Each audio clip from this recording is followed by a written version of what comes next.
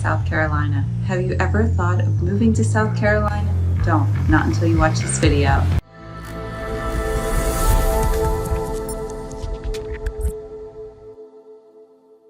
This is Katie Aretta, and my interests are sun, sand, and real estate.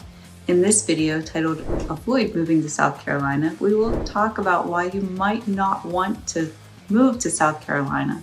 Stay tuned, there's a bonus tip in the end waiting for you. Let's not waste any more time and get started. Starting with number 7, the climate of South Carolina is hot and humid. The humid subtropical temperatures of South Carolina can be a big turnoff for people who want to move here.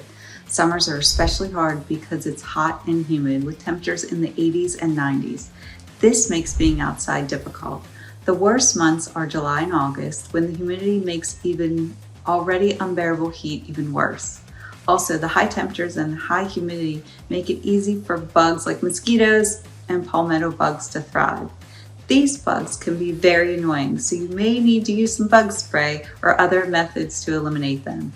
Even though the winters are milder along the coast, the general climate, which is marked by heat and humidity and bugs, becomes one of the biggest reasons why not to move to South Carolina.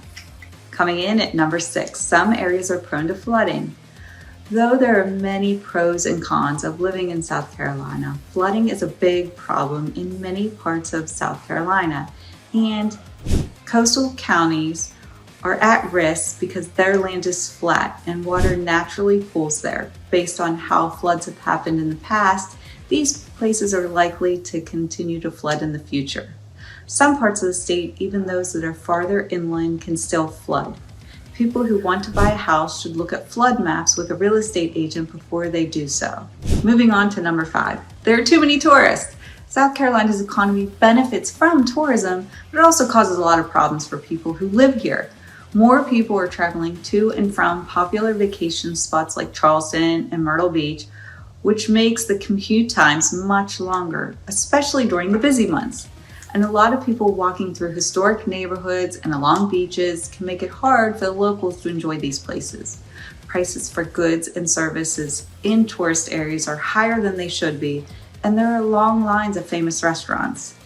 The increase in tourists also puts a strain on the area's infrastructure, causing problems. All of these things make travel hard for people who live in South Carolina.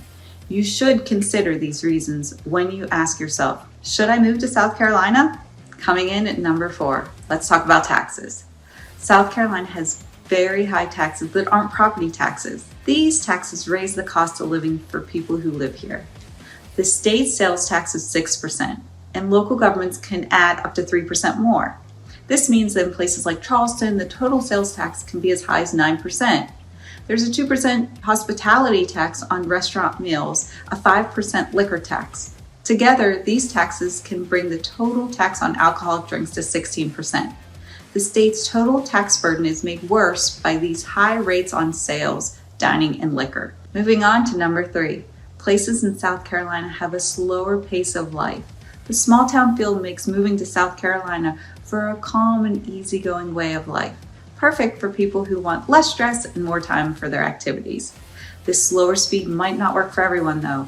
People who need to be busy at all times and have big job goals might find it less stimulating. And not being able to get to stores that are open 24 hours a day for fast delivery services might be an adjustment. Coming in at number 2, the housing inventory in South Carolina is quite low. The home market in South Carolina has a big demand-supply mismatch in 2024. Homebuyers have stayed put because of high interest rates, which has cut down on the number of homes for sale.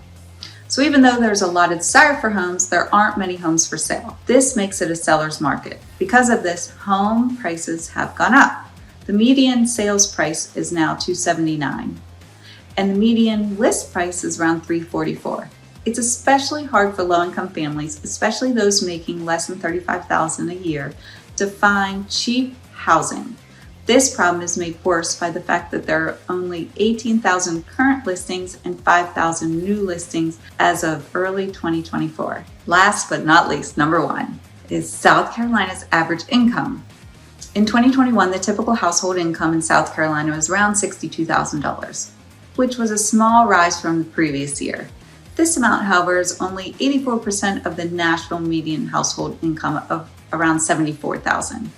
The average pay in the state as of 2024 is around $48,000, which is about $23 an hour.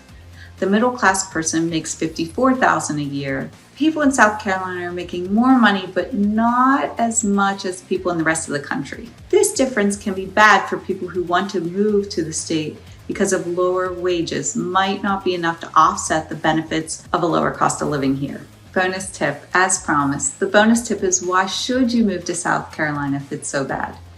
Even with all the cons, there are many good reasons to move to South Carolina. The cost of living is 12% less than the national average, which means you can save money on things that you need to buy every day. The typical home price is less than $300,000, and the average rent for a one-bedroom apartment is around $1,000 per month. The milder winters are so nice after living in colder places, and the state has a lot of different scenery, from mountains to beaches. People who like seafood will enjoy the fresh local food, and people who like being outdoors can do a variety of water activities.